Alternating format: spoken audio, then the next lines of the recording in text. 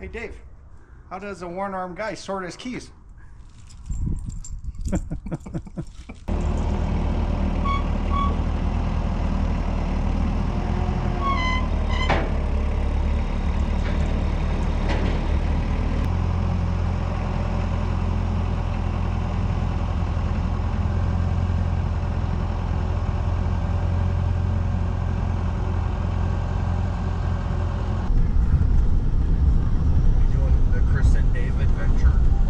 Kris and Dave adventure vlog.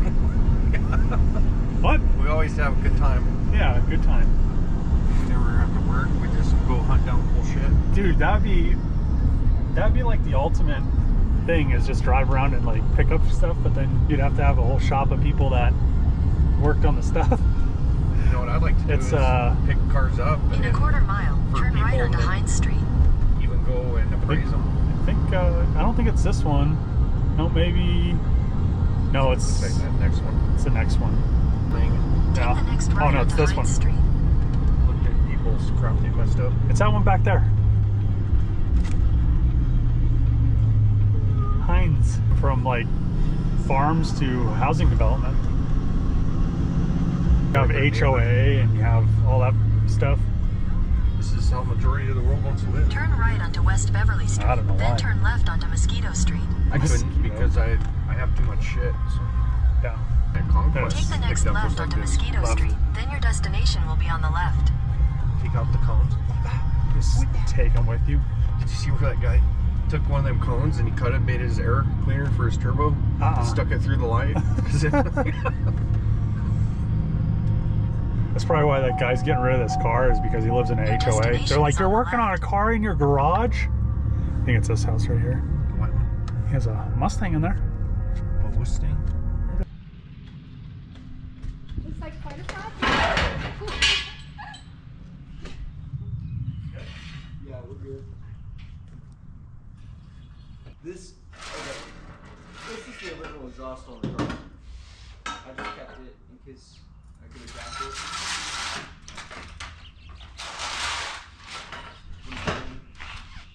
Here, that piece I gotta like strap up or something. It's the last exhaust piece. Oh, okay. It's looped around the axle. Tie it up. Yeah, we can probably get it up off the trailer and come back and tie it up.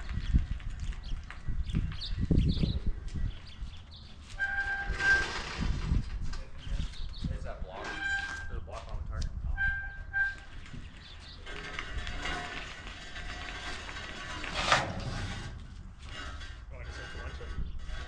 Yeah.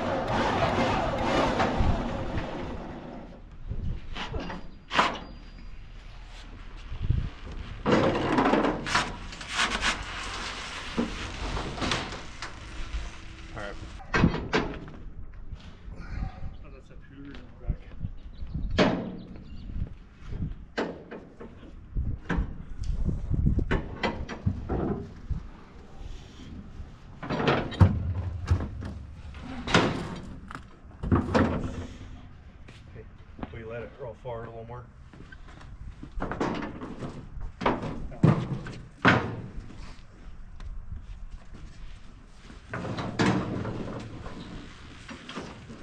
More? Huh?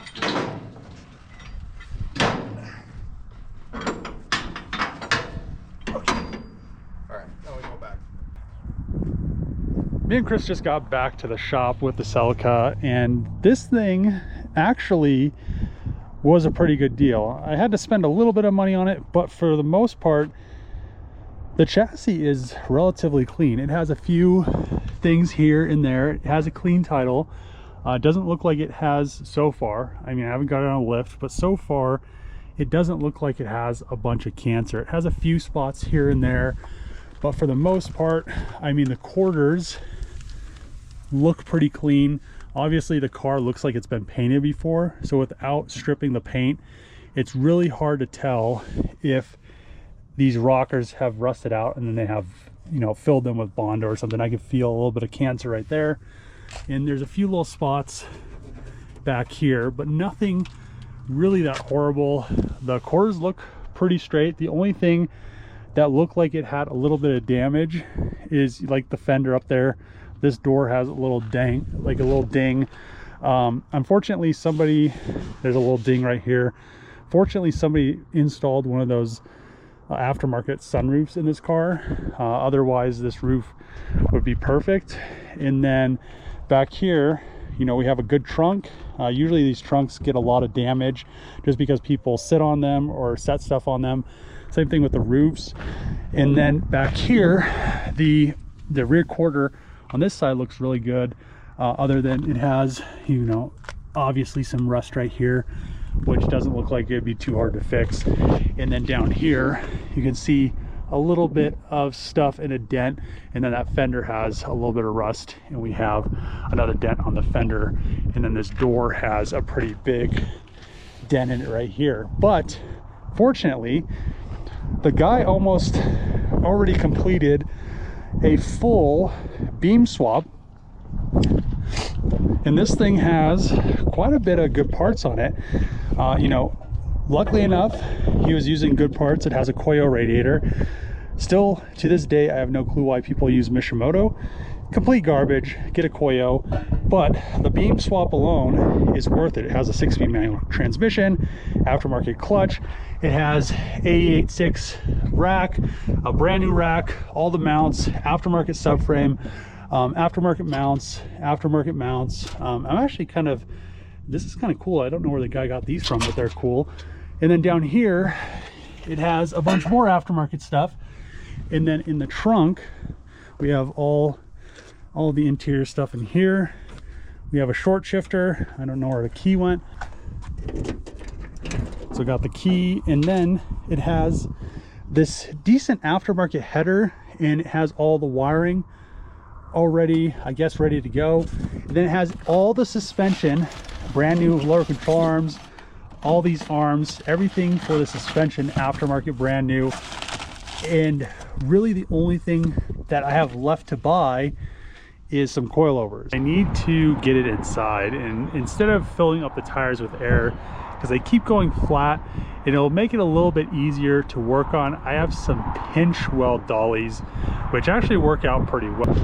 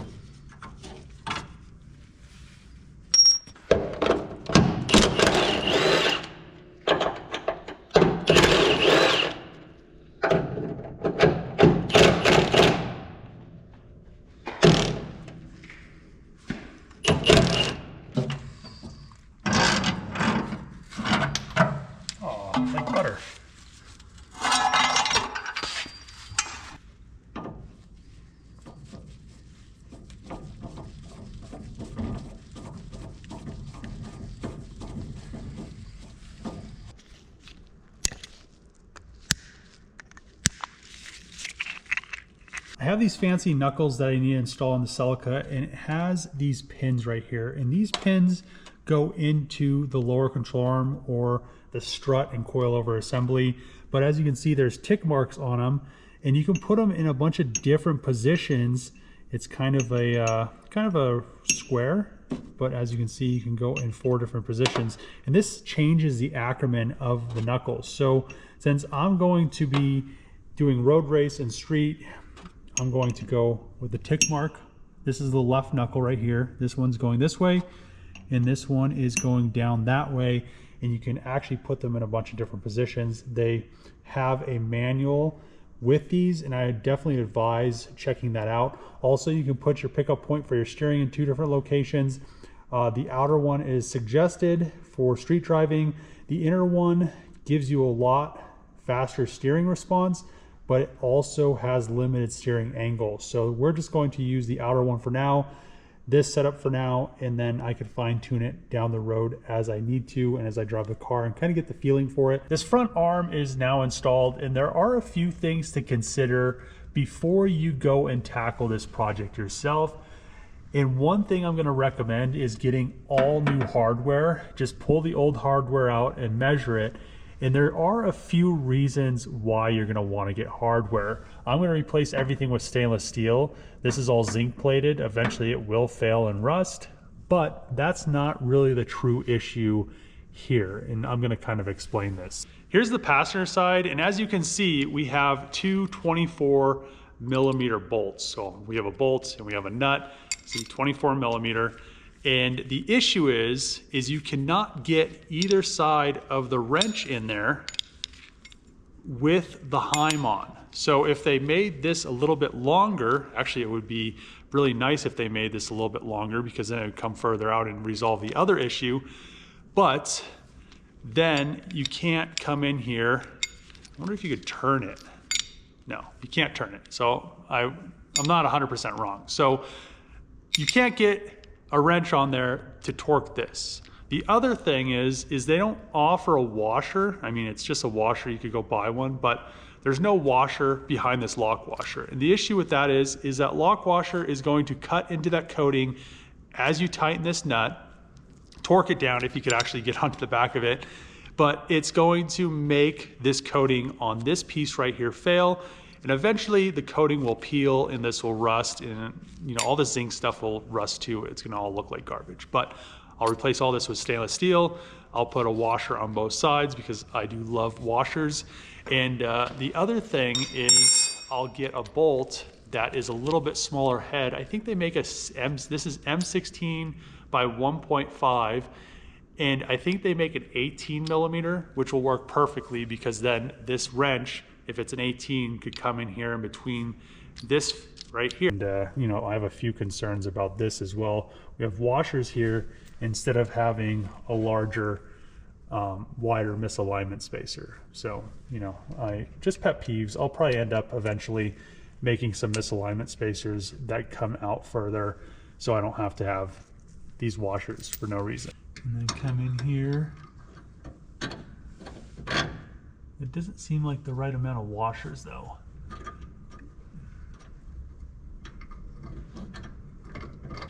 Make sure. Can I stick 2 in here? Yeah, there's no way to stick 2 in there. So I would recommend measuring this width, ordering the correct size misalignment spacers. I'm pretty sure this is an M12 bolt, but that seems like a problem. But yeah, we'll just throw it together for now, and I'll order all this stuff once I get to the coilovers. I don't know if you're supposed to leave this one on. Seems like the same taper.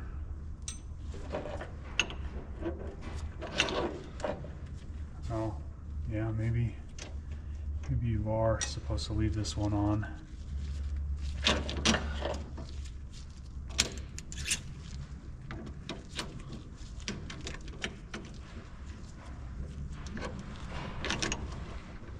Very interesting.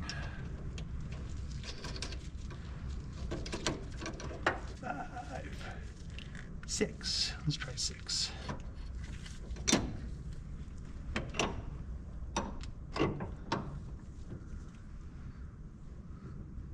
The one thing I always do with Heim joints and anything that's steel or stainless steel going into an aluminum arm is put anti-seize on it. And a lot of people are going to say, don't do that because it might loosen. You're going to tighten this lock nut right here against the flange. So I wouldn't really worry about it.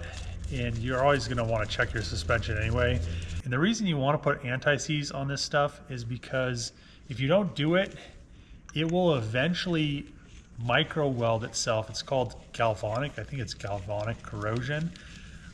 It's kind of like micro welding or rusting. Even though this stuff's anodized, it'll still do it, but it will make it so you cannot get these apart. Especially if you have a wrench on this, it'll just strip it out. The reason I know that is because I had the first set of Cosma adjustable arms on my S13 in the early 2000s, and I went to get an alignment probably 2 years after I put all the suspension on, and there's no way. It just stripped right off, and it was just, you know, I had to get all brand new stuff. Couldn't even get it off of the steering rack. So I pretty much had to get rid of the tie rods. Well, I got the inner tie rods off, and then I just threw all that stuff away and got all brand new stuff.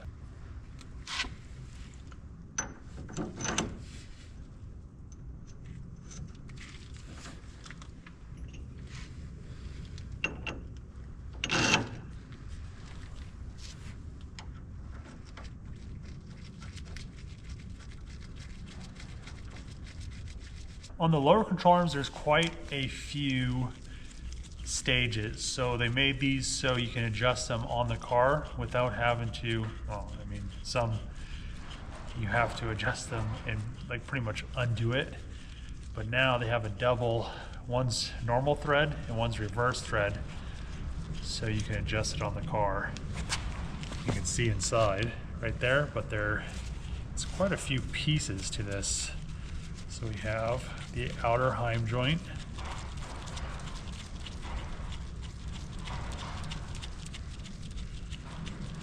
And then there's two lock nuts. So we have this lock nut and this lock nut right here. It almost looks like they put a little bit of anti-seize or something on there. This red stuff, I don't think it's Loctite. I hope it's not Loctite. Okay, same thing goes for this. Put some anti-seize on there. Put the nut back on. Thin film of that anti-seize. You can see the difference between non-coated and coated. Put this back into the lower control arm. And when you do these, you want to thread them all the way in because you want it to be an even adjustment on both sides. So when you're adjusting the suspension, you're going to do it on an alignment machine, but you have to find somebody that's going to do a good job aligning the car, because if they don't do it evenly, you'll have one side that could have a wider track width than the other. I mean, I've seen all kinds of things, and it's really hard to find a good alignment shop. So you kind of just have to take a risk, try some shops out. Even the shops that say they are, and people have left reviews that they're good alignment shops, when you have suspension like this, find a shop that knows what they're doing, because they could mess your car up and it could drive like a completely different car between alignment shops. When I start adjusting, you adjust from the center nut, and then everything is going to be even when I adjust out. I've seen some people where they leave this Heim joint sticking out or this side sticking out where it's not going to adjust evenly. Same thing with adjusting sides evenly. I have the suspension done as good as I could get it for the time being, until I get coilovers and all the other parts where I could set it back on the ground. I'm gonna move up to the engine bay. So I found a few receipts for a timing belt, and it looks like they just did the timing belt the water pump and all the stuff in the front, which is a plus. And then another thing I want to address is this weird intake that is going on right here. So eventually I'm either going to do ITBs or I'll make an air box, a custom air box that fits in here really nice. And yeah, I don't know. And yeah, maybe eventually I'll do an aftermarket ECU so I don't have to run the mass airflow sensor.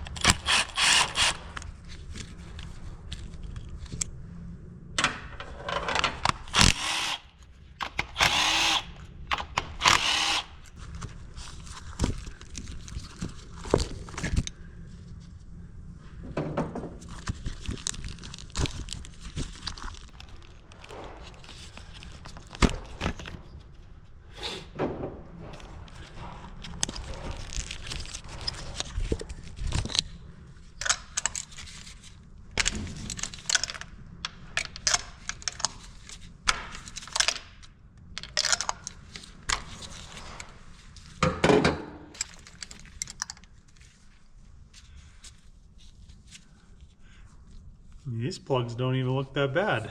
The funny thing is these are probably the Japanese plugs right here from the car or from the engine. And everything from Japan is always in English. I've never understood that. Like all the writing on the tires that are Japan only. I'm sure these are Japan only spark plugs. Why aren't they in Japanese? Never understood that. Maybe wondering why I'm using copper anti-seize on everything, and it's just really a habit I picked up working as an engineer for Cummins Power Generation for so many years. And the reason being is I designed a bunch of natural gas and digester plants, and if you use the silver anti-seize on the spark plugs, it will actually wick off of the threads and drop on the tops of the pistons and melt holes through the pistons. So if you use the copper stuff, it doesn't do that.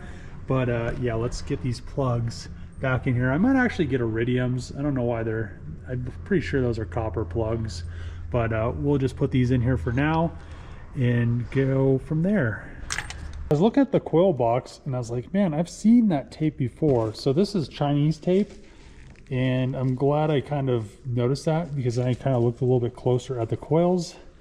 And these don't sit at the same height, so they're not going all the way down. So I'm gonna just put these back and this Chinese coils back in the box, and we'll just use the original Denso ones, which I think are probably gonna be perfectly fine. I threw the original Denso or the old Denso plugs back in there, the iridium ones, because I really didn't want to use coppers. Coppers are great for a lot of boost, but this thing isn't turboed. It's just NA, and I'm probably just gonna leave it NA.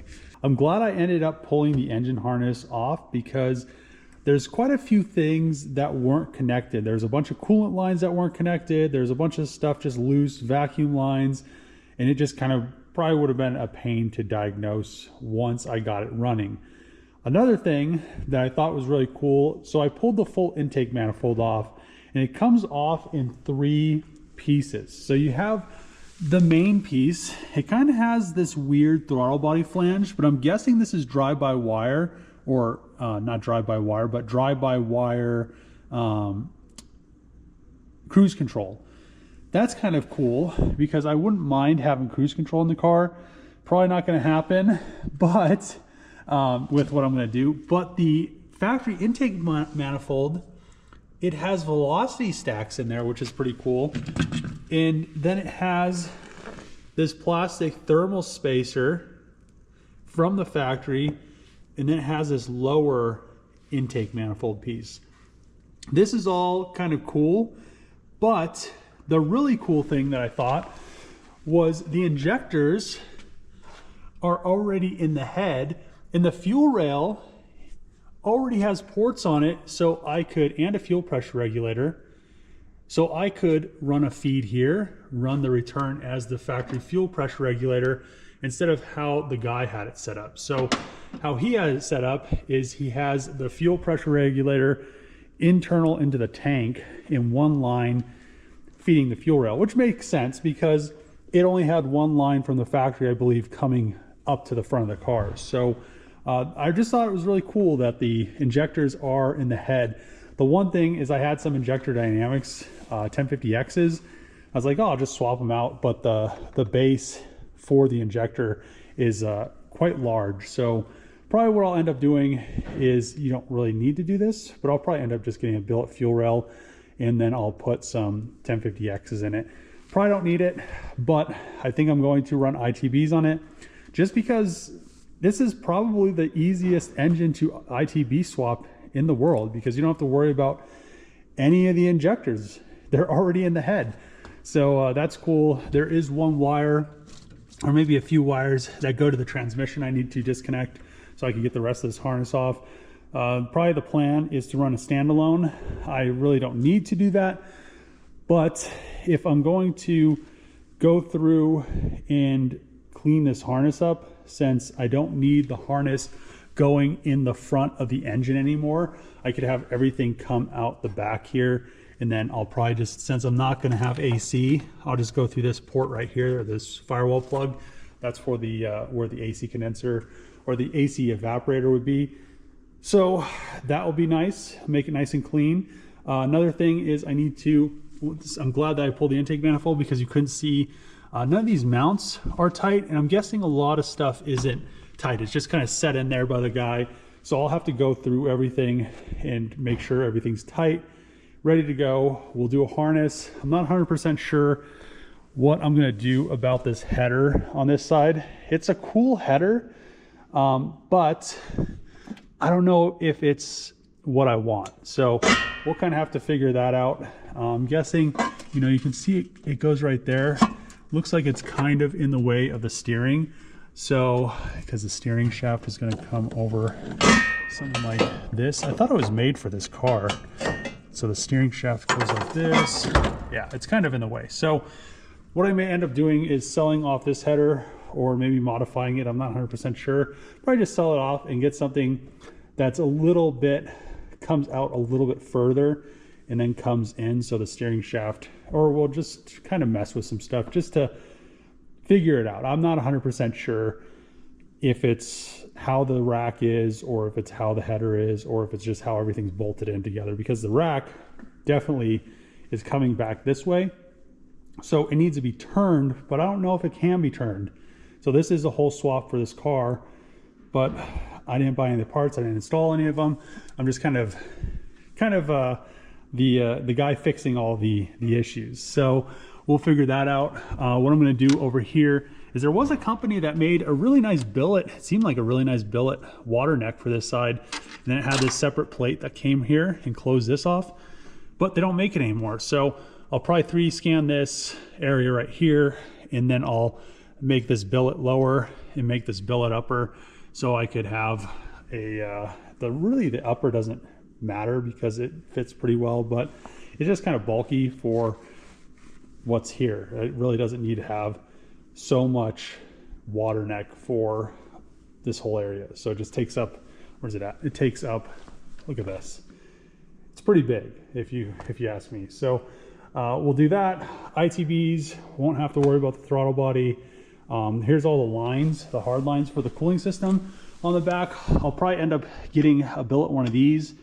And this, I believe, goes down. I think it's just like kind of an oil return from the back of the head. So we'll have a billet one of these. It'll still return oil. And then these coolant lines, they're just kind of bulky. They have a lot of extra things coming off of them that really don't need to be coming off of them. So, and then we have the lines going up to the throttle body. So all that stuff is going to kind of get removed, resolved. Another thing, this was the power wire that was coming out of the alternator. So yeah, I don't think that was gonna work. So, you know, like I said, I like redoing all the wiring because it just makes it for a lot nicer install, and then you don't have a lot of gremlins later on. But I think this turned out pretty good for the first video of the Celica, because she's gonna come quite a long way. Another thing is I'll have to do something about the brake master cylinder. Maybe the brake booster. I think they have a little bit of a better upgrade for those now. And I don't think the guy gave me the stuff for the clutch. So I don't have a line, I don't have a master. I think the slave's on the transmission, but I'll probably end up replacing all that stuff and figuring out what I need to order. And then I also need to order the coilovers so we can get this thing all nice up here and ready to get back on the ground. I've looked through quite a few wheels. Still not 100% sure on the style of wheels that I want for this car, or if I want to put flares on it, or if I just want to leave it factory body. We're gonna just kind of have to assess that as I tackle the body and the body work, and figure out if we have, you know, rust, too much rust somewhere, or no rust. And if there's less rust, I'll probably end up just leaving it stock body, because it doesn't need to be super wide, but they do look really nice with flares on them. So, and then I'll get the upgraded bumpers front and rear, and we'll probably put, I'm not 100% sure if I'm going to put fender mirrors on it. I really have never liked these old style door mirrors that they always put on the cars. They just make them look not the best. And then I'm not 100% sure if I'm going to delete the side markers, because these cars look really nice without these side markers on the sides. So me and Chris were able to go and get the Celica, and I got it for a pretty good price. There's a lot of stuff that I still need to buy for it. So I need to get coilovers for it. I need to get ITBs. I need to get standalone ECU, wire that standalone ECU up, all the rear suspension. I need to figure out what I'm going to do about the rear differential or rear axle, because the factory ones are weak, and everybody, I believe, goes with a shortened 9-inch. So I'll have to figure that out. But we'll get this project all dialed in, order the parts, get it back on the ground, get it running and driving once again, and it should be a whole lot of fun. So if you like these videos, make sure to click the subscribe button, throw a thumbs up, throw a comment below. If you haven't clicked the bell up in the corner, click that as well. And as always, see you guys next time.